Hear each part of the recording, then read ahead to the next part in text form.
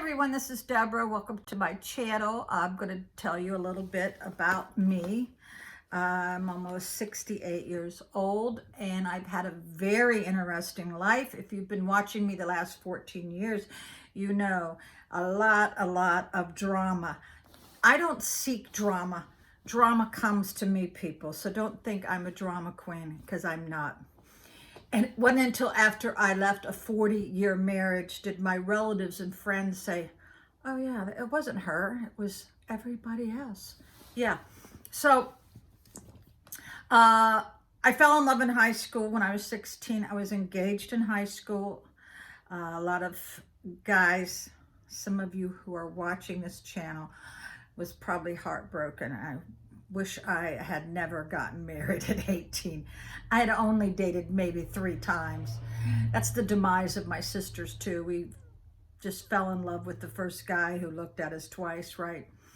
But I got married 2 days after I turned 18 and I got pregnant a week later. Yeah. Yeah, I got married on March the 3rd and my daughter was born on January the 8th, which proves that I did not have to get married, all right? Then I had another child 2 years later, my son, who I've done a lot of videos this past summer. He never gave me any trouble when he was a teenager or a young toddler. He was wonderful. My daughter, on the other hand, was a really good baby, very smart. But when she started going through puberty, she wanted just to be very independent. And I was just like that. I got emancipated when I was 16. I had 2 jobs, working for Fairfax County Fire and Rescue and Gino's, a hamburger joint, while I was engaged, while I was attending high school. Now, I got emancipated. It cost a little bit of money. I had to prove to the judge that I was a good student and that I had a way to support myself. And I did move in with my mother's brother in Chantilly, Virginia. He's now passed. Very sad. He was a very good uncle to me. I had like 6 uncles, I believe, and he was the only one that actually returned my call. Okay. So then, I became a deputy sheriff, moved to the Northern Neck, and my parents had already moved and retired in the Northern Neck somewhat, but everybody in my family does ceramic tile work. And so I became a deputy sheriff. I was the top graduate at the police academy. I also, while I lived in the Northern Neck, I won a beauty pageant, and it was in a excuse me if I offend anybody, but it was mostly, it was in a Black community center. And I actually won the contest. I was very surprised, but I looked really great going across that stage. I was 130 pounds. I had been on a boat. I should say a third of my life has been on a boat. I had a beautiful tan, beautiful string bikini, and I won. I was very surprised. And I went on to become the top 13 in the state for Mrs. Virginia, and I went into that contest twice. I lost 20 pounds in 7 days. Yes, girls, you can do that. Then here's the diet that I did. I had just black coffee in the morning. I would run a couple miles. At lunch, I would have whatever would fit on a little plate this big. For dinner, I had whatever my family was having, but again, it was on a very small plate. I just remembered, like at lunchtime, I would eat a half of a sandwich, and I lost 20 pounds. I couldn't believe it. But the minute I came off that stage, you want to know what I did? I went and got a Whopper with cheese. Yes. Oh my God. So yeah, I was surprised when I was the top graduate at the police academy. Very surprised, because we had a class of like 25, prospective police. Well, I guess we were already sworn in. So let's see. I started a tree company while I was a deputy. And I remember the day we would do this on the weekends and on the side. My ex was a very good mechanic. He even helped him get through A&P school in Dallas, Texas. And that was because I knew that he would excel, and he was the top graduate. So both of us were very intelligent, but we were definitely entrepreneurs. And so we started a tree company.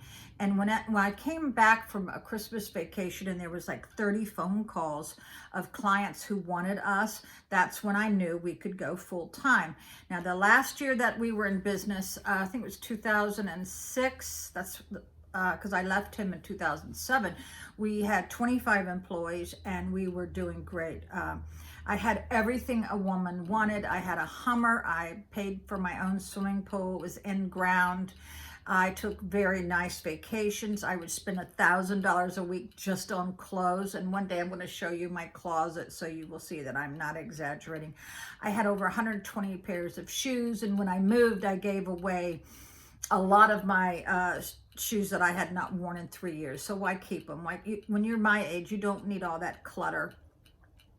So, yeah, the tree company was very successful, but when you own your own company, it's 24/7. And when you're married to a co-owner, it never stops. You know, I would not suggest having your shop near your home. With my shop, I had built with National Barn Company or something. It was like a pole building. I had it built for $25,000 and it was assessed at $64,000. Now that building with the concrete floor would probably go for $500,000 because we had to build it so that we could get the bucket trucks in there, the stump grinders, the chippers. I bought every one of them with my own credit under my name, and I was so sad. I wanted out of the marriage so bad. I was tired of fighting. And I had to do it on my own. I thought, you know, one of my uncles would step in and maybe, you know, give me some helpful advice or at least help me pay for an attorney, but none of them did. I think a lot of my relatives did not understand what was going on. A lot of people who are very well off, you would think that they're living in a blissful life. Don't believe that. I mean, just think of the Chrisleys. Think of all the movie stars, Willie Nelson, all these movie stars who are like raking in the money, but they're not paying their taxes or they're not happy. I was the saddest girl in the whole world, and I do believe that. I would go to bed crying every night. I was not getting the love, the physical love, and the emotional love too that a woman should get. And I would beg my husband to give me that, and it just went in this ear and out the other. So I left, and we owned a ski resort, a ski chalet, a condo in Wintergreen, Virginia. And I also owned a beautiful condo in Ocean City, Maryland, where the mayor lived. It was high class. I mean, there was never any cigarette butts or rubbish. I mean, it was immaculate. It's where they have the white marlin open. That was my condo was right where the scales are. So I moved in there while I was going through my divorce. 7 years, people, and that wasn't even for the divorce itself. It was to dissolve all the properties and all the other things when you go into business with your spouse. I would not ever do that again. But I remember one of my aunts, when she saw me crying, I was crying all the time. She goes, Debbie, why aren't you just filing for divorce? Well, I said, because we have a company together, a company that I helped build. And she goes, no, you know, it's like, screw the company, just get out if you're this unhappy. So I finally did. But I signed over the house. I signed over all the equipment to him. It took me many, many years to get to where I'm at now. I am very happy and very satisfied with how my life is now. But one of the problems is I didn't know I was going to live this long. I thought I would already be married. So I only got alimony for a couple of years. And so now I don't have any assistance. And now during this time, I had to have a spinal fusion and I had both hips replaced. So I did go back to work at Walgreens and Rite Aid, and I enjoyed it there, except for the fact that they do no training. These retail companies don't do any training, so don't go in there thinking that they are, because I was in the pharmacy with no training. I was so afraid that, you know, who knows, I just couldn't believe that Walgreens would do that. They did not give me any training, you know. So, so I lived in, I lived in Tappahannock for a while. I moved to Front Royal for a while, and I've had good landlords since I left this marriage. I had very good landlords, except one. The one in Front Royal, I lived over top of a garage. My landlord would come in my house without telling me and turn on or turn off the heat or turn off the AC. And I have, as you all know, I have a lot of sinus issues. I would come back into that little apartment over the garage, and it would be like 120 degrees, and I would be sick with a migraine for days. I called my ex-husband. I was, I think, divorced by then. We got divorced in 2013. And I said, he owed me a lot of money, right? So I said, can you help me get out of here? And he said, sure. He sent all of our employees. They still love me. When they see me, they almost start crying because they knew that I took very good care of them. Because when you're on a tree job, you want to have access to toilet paper, wet wipes, bug spray, paper to write on. I always had everything in the cab of all the bucket trucks for them.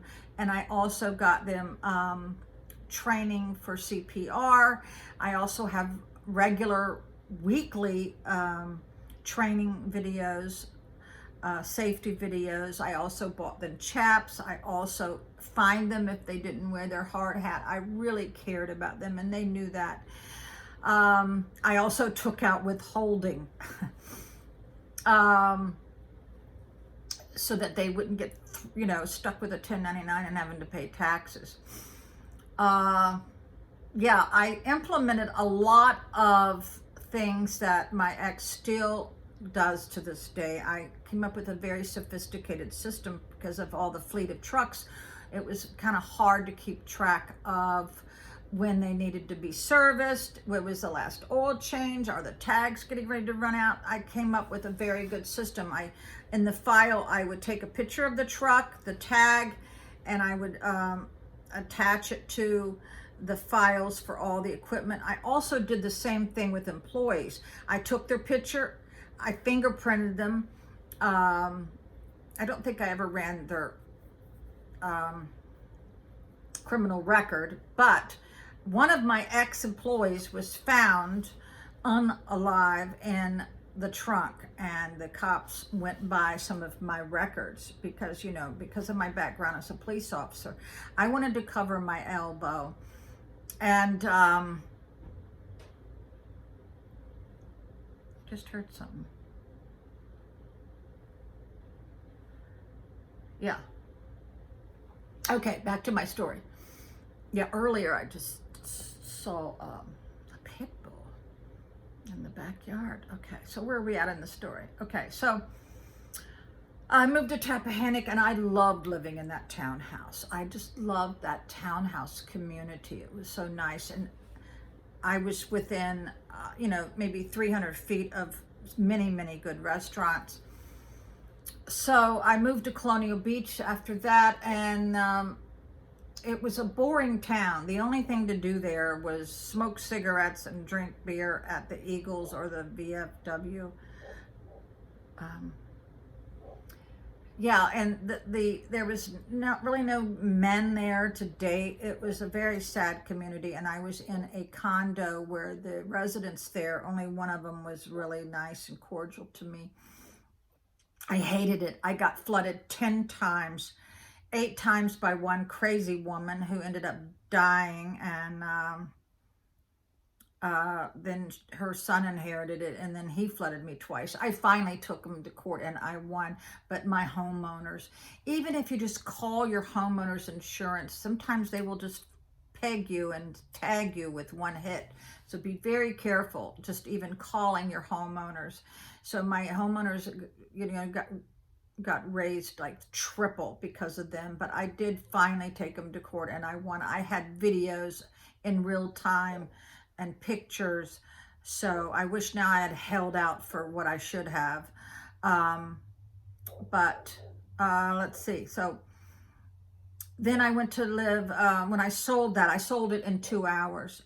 This was during that crisis last year where everybody had to, put an offer in thousands over the asking price with no contingencies. Now, remember what I just said. So I sold it in just like a couple hours. So then they didn't give me enough time to move out. And I kept telling my realtor, I'm disabled, So they let me rent back my place for only 7 days. Well, I couldn't even hardly find a storage unit to put my stuff in. And this was Coldwell Banker. And I was just livid that they did this to me, because they knew from the get-go that I was disabled. So I finally found 2 different storage units, split up all my stuff, and then I had to couch surf. I moved in with my friend from 7th grade. She's known me for 55 years. And then my brother's spouse was found in the bathroom. She passed last November. She was 10 years younger than me. She was like a mentor to me, one of the smartest women I have ever met. She added so much joy to everybody's life, and she was fun. I like people who are fun. Everything she did was fun, okay? And she had, her grandchildren are like, they all love me. Their children I've helped raise too. And I helped raise my grandchildren too. And so my brother begged me to move in with him, and I did. Well, then his wife, who was passed, everything that she owned went into an estate. And so that was a big fiasco. So I had to leave, because the executor was taking over all the properties. So I went to visit my granddaughter in Concord, Virginia, which is near Lynchburg. And I just got tired of couch surfing. And it's very hard to live with other people.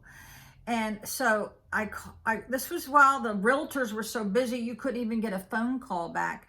So I called like 5 realtors. Nobody called me back. Finally, one lady did. And I said, I've already picked out, because I got my real estate license in Florida. So I knew, how to do everything. So I said, listen, I've already picked out 5 homes. Please take me. She did the same day. 2 of the people had renters in them. So she showed me 3 homes. The first home she showed me, I said, okay, I like it. I like it. So she took me to the other 2 places, and it was horrendous. It was gross. So I put an offer that same day on this house. Now, if I had put down a contingency, people, I wouldn't have got this house. I would not have. If I had asked for a home inspection, no, I would have lost it. I paid cash, full cash offer. So within 12 days, I was, already living in my house. And of course, I had no furniture. And I already booked a trip to the Dominican. So in the middle of all this, I, left and had a really great vacation with my friends who lived across the street in Ocean City. They're still my friends today.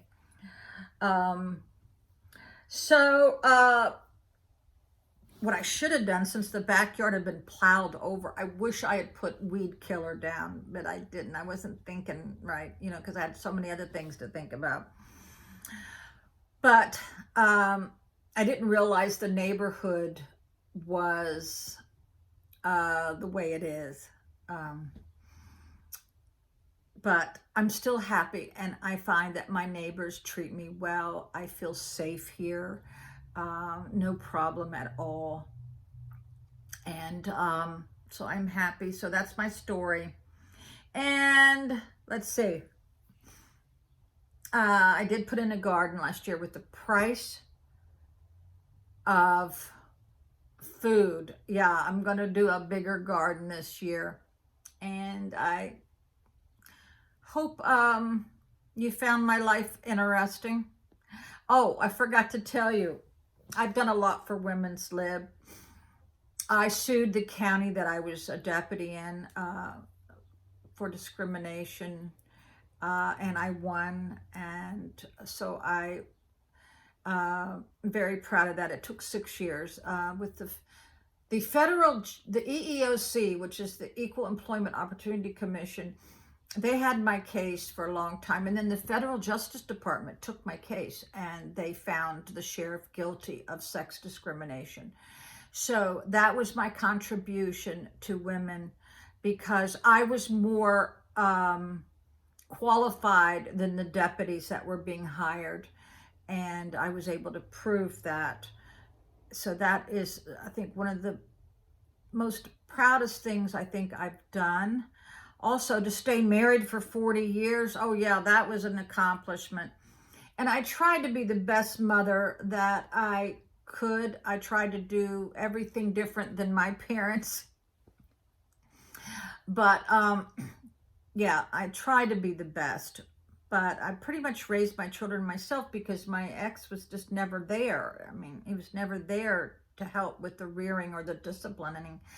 So y'all have a good day, and thanks for giving me your time. Bye.